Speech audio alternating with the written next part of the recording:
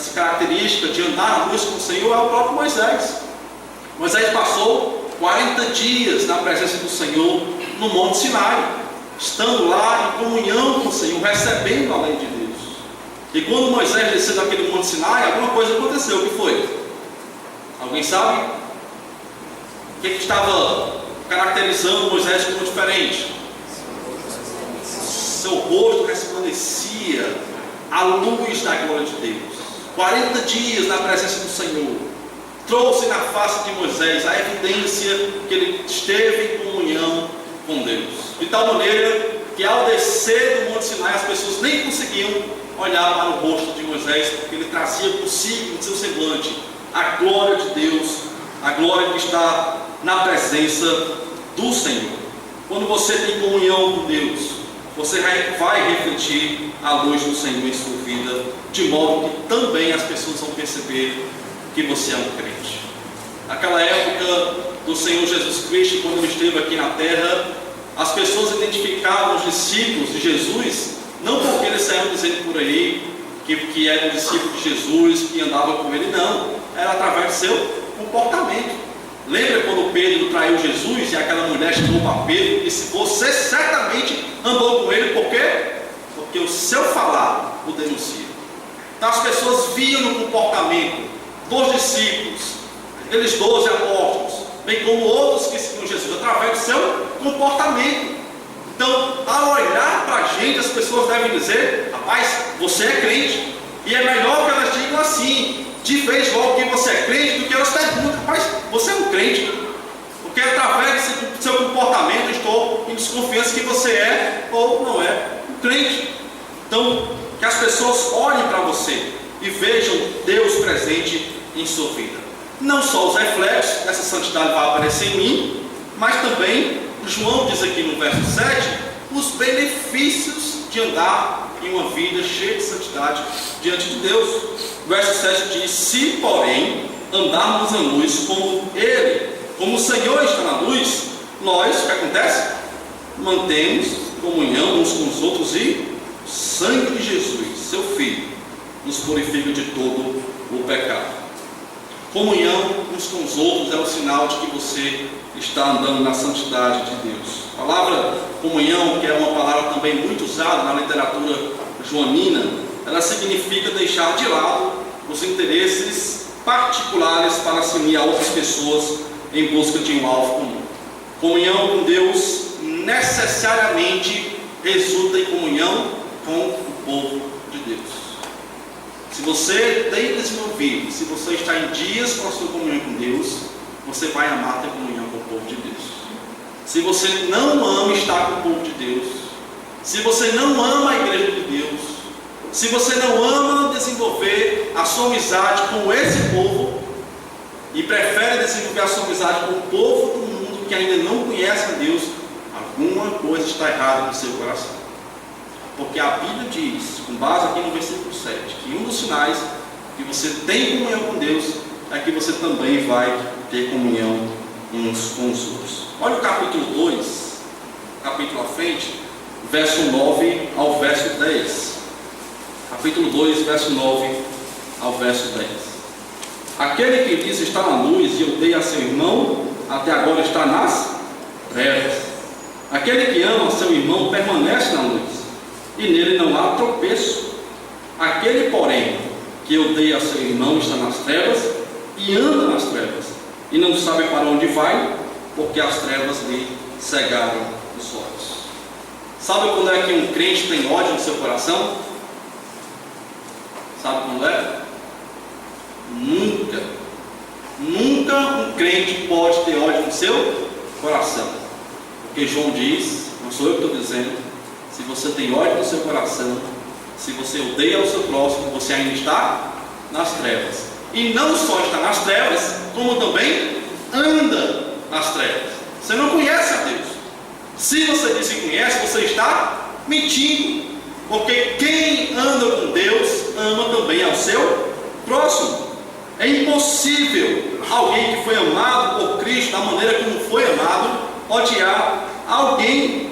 Se você não deseja comunhão com os irmãos, tem alguma coisa errada no seu coração. Nos últimos dias tem surgido aí mais um grupo herético, que é os crentes chamados crentes desigrejados. São aqueles crentes que não têm igreja. Você pergunta, você é de onde? Não, não sou de igreja nenhuma não. E como é que você faz? Não, eu adoro a Deus sozinho em casa e está tudo bem para mim. Aí você pode olhar para uma pessoa e dizer, rapaz, essa pessoa é uma pessoa espiritual. Mas não é não. É um crente carnal. É o crente que Paulo fala em 1 Coríntios, o crente carnal. Porque ele não conhece a Deus. Porque o crente que conhece a Deus, ele tem comunhão, obrigado, ele tem comunhão com a igreja de Deus. Ele tem uma liderança, ele tem um pastor, ele tem uma congregação onde ele pode servir, ele tem uma igreja onde ele pode ceiar com os irmãos, onde ele pode também desfrutar de batismo, testemunhar de sua fé. Esse sim é crente. Agora, o crente que não tem igreja, esse não é de Deus. Porque todo crente deve ter uma igreja onde ele pode comungar da sua fé. Na semana passada eu estava na casa de uns amigos que se dizem crentes, e lá eu vi 2 copinhos de ceia. E a esposa dele disse, não, é porque nós ceiamos sozinhos em casa esses dias. Como é? A ordenança da ceia é para a igreja. Eu não posso simplesmente pegar um grupo aqui de amigos na minha igreja, ir para um clube e ir lá ceiar com eles, né? Então são pessoas que são chamadas desigrejadas. A ordem de Deus é exatamente o contrário. Hebreus 10:25 diz, não deixemos de nos congregar, como é costume de alguns. Então a ordem de Deus é que nós possamos desenvolver a nossa comunhão com a sua igreja. Comunhão, ela não é algo opcional, ela é algo natural que vem de Deus. Capítulo 4, aqui da carta de 1 João, versículo 20, diz, se alguém disser, amo a Deus, e odiar a seu irmão, ele é mentiroso, pois aquele que não ama a seu irmão a quem vê, não pode amar a Deus a quem não vê. Creio que você não gostaria de estar longe de quem você ama, né? Talvez os maridos aí podem contar experiências assim, quando viajam, deixa sua esposa em casa, a sua filha em casa, aí a esposa sente saudade também, começa até mesmo a ficar desajeitada, não liga para arrumar a casa. Tem uns que são assim, né? Não se veste direito. Por quê? O marido está longe, aquela pessoa quem você ama está longe. Então você não deseja estar longe de quem você ama. Do mesmo jeito é com a igreja. Você não vai desejar ficar longe dos irmãos. Você não vê a hora chegar o domingo, vai estar aqui na igreja com os irmãos adorando ao Senhor. Sabe por quê? Porque não dá para confiar no amor ausente. Amor se faz com presença, não com ausência. Então que nós possamos investir nessa área da nossa vida. Se você tem comunhão com Deus, se você anda na santidade de Deus, você vai amar de comunhão uns com os outros. Ryan Edwards disse que o crente sem comunhão e sem ensino bíblico é como uma brasa distante do fogo. O que acontece com a brasa distante do fogo? Aos poucos ela vai esfriando, vai apagando até morrer. É isso que tem acontecido, infelizmente, com muitos crentes que têm se afastado dos caminhos do Senhor e têm deixado apagar o seu primeiro amor. Além da comunhão uns com os outros, a santificação ou a purificação, ela é permanente em nossa vida. A melhor leitura aqui, a última parte do versículo 7, o sangue de Jesus, seu Filho, nos purifica de todo pecado, é o sangue de Jesus Cristo, seu Filho, continua a nos purificar de todo o pecado. A obra de Cristo em nossas vidas, ela não é uma obra instantânea que aconteceu somente no dia da nossa conversão. Isso é, a conversão é instantânea. Agora a obra de santificação não é. Ela é uma obra constante. E por que é constante? Por que é que nós dependemos constantemente da purificação do Senhor? Porque nós somos pecadores. Nós pecamos. E nós precisamos reivindicar a purificação do Senhor constantemente em nossas vidas. Esse sangue não somente nos limpa, mas ele também nos purifica de toda injustiça, de toda iniquidade. Esse verbo é interessante porque ele indica que o sangue de Jesus, ele não somente nos purifica, mas limpa todo o pecado do nosso coração. Ele apaga as manchas, Ele apaga as cicatrizes do pecado e Ele nos dá o alívio do perdão do Senhor, da purificação que o sangue de Jesus opera em nosso coração.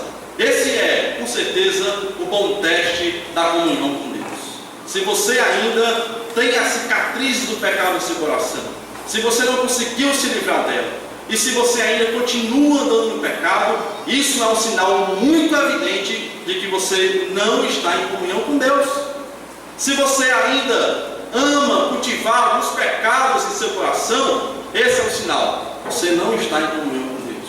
Mas se você já sentiu o alívio do perdão de Deus, se o sangue de Jesus Cristo já te purificou completamente, lavando a sua alma, e você sentiu o pleno poder do perdão de Deus, você com certeza está em comunhão com Deus. Nós podemos verificar no Salmo 51, salmo de arrependimento, que Davi escreveu depois daquele ato louco que ele cometeu em sua vida. Davi, que era chamado o homem segundo o coração de Deus, e que quase se comete uma injustiça com Davi, porque é impossível você lembrar de Davi e não lembrar de Batseba, né? Do que ele fez com Batseba, o adultério que ele cometeu. Mas Davi, depois de ter recuperado a insensatez do seu pecado, Davi passou praticamente mais ou menos um ano sem confessar o seu pecado, até a confrontação do profeta Natan. E quando ele escreve o Salmo 51, depois de ter cometido isso, de ter confessado o seu pecado, ter se arrependido, Davi diz aqui no Salmo 51, verso 1: compadece-te de mim, ó Deus, segundo a tua benignidade e segundo a multidão das tuas misericórdias. Apaga as minhas transgressões, lava-me. Essas são palavras de quem se sentia sujo pelo seu pecado. Lava-me completamente da minha iniquidade e purifica do meu pecado, pois eu conheço as minhas transgressões e o meu pecado está sempre diante de mim. Davi reconhecia o efeito do seu pecado, e Davi, quando recobra a insensatez que o pecado tinha operado em sua vida, ele então confessa ao Senhor e pede para lavar o seu espírito, a sua alma, de tudo o que ele fez. Ainda bem que Davi recobrou a sua insensatez.